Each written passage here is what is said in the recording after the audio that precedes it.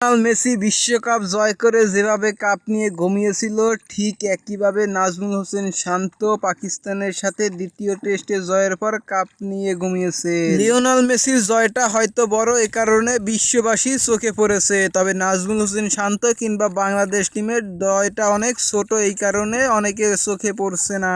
পাকিস্তানের বিপক্ষে এই দুইটি ম্যাচ জিততে কিনা পারফরমেন্স করেছেন সাকিব আল হাসান, মেহেদী মিরাজ, মুস্তাফিজুর রহমান, তাসকিন আহমেদ, শরীফুল ইসলাম, সবাই তো পারফরমেন্স করেছেন। আপনি যদি ব্যাটিং এর দিক তাকান তাহলে আপনি দেখতে পারবেন লিটন দাস, মেহেদী মিরাজ, সাকিব আল হাসান যেভাবে খেলেছেন কয়েক বছরে এরকম খেলেন নেই, তাই তো এরকম একটা সফলতা এসেছে খুব তাড়াতাড়ি। শুভকামনা রইল বাংলাদেশের জন্য, আরো অনেক কিছু দাও তোমরা।